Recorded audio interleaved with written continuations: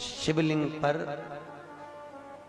बेलपत्र चढ़ाना, जल चढ़ाना, इसका भी एक नियम होता है कि शंकर जी पे शिवलिंग पर जल कहाँ चढ़ाया जाता है। सबसे पहला जल अगर शंकर जी को चढ़ाने जा रहे हो तो शंकर जी के जो चरण है, जहां से पानी नीचे गिरता है, उसके सीधे वाले भाग पर, अपने हाथ का सीधा भाग, वहां जल चढ़ाओ।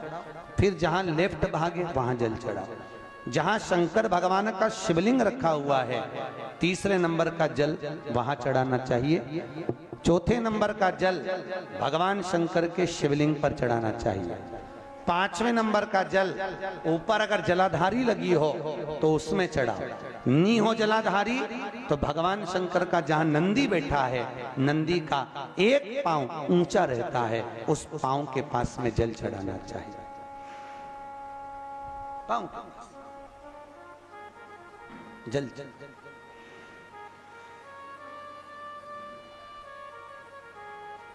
चरण के पास में। ऐसे 5 स्थान दिए हैं जल चढ़ाने के लिए।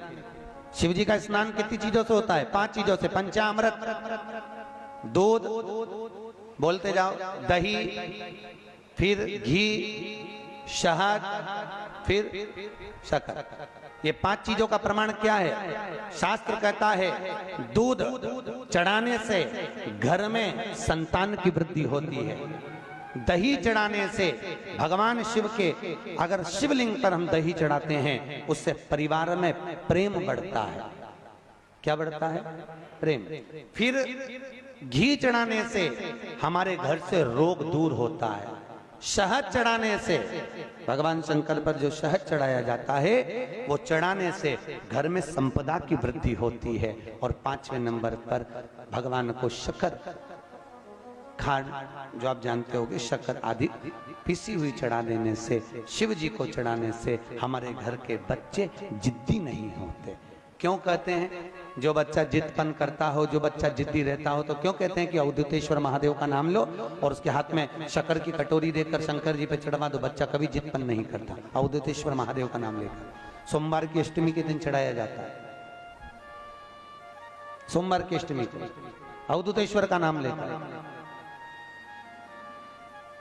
क्यों कहते हैं? जो बच्चा बार बार बीमार पड़ रहा हो, बार बार सर्दी हो रही हो, बार बार बीमार पड़ रहा हो, खांसी चल रही हो, बार बार हॉस्पिटल लेकर भागना पड़ रहा हो बच्चे को, छोटा सा अगर बच्चा है, 8 साल के अंदर बच्चा है और बीमार ज्यादा पड़ रहा है, तो आटे का दिया बनाओ, 4 बत्ती रखो, उसमें तिल्ली का तेल डालो, अवधूतेश्वर महादेव का नाम लेकर बच्चे के ऊपर से 21 बार उतारो और किसी चौराहे पर ले जाकर रख दो। जिंदगी में बच्चा कभी बीमार नहीं पड़ेगा, बच्चा स्वस्थ रहे, आनंद में रहे, आनंद में रहे, स्वस्थ की मूल।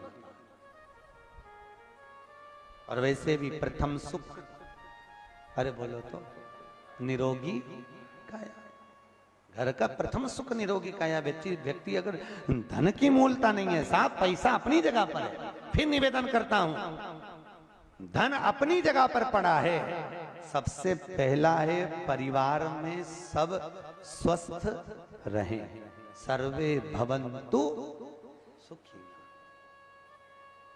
अगर घर में एक व्यक्ति भी बीमार पड़ा है ना, तो मन नहीं लगता परिवार का। लगता है कि मन, कोई घर में बीमार पड़ा है तो मन का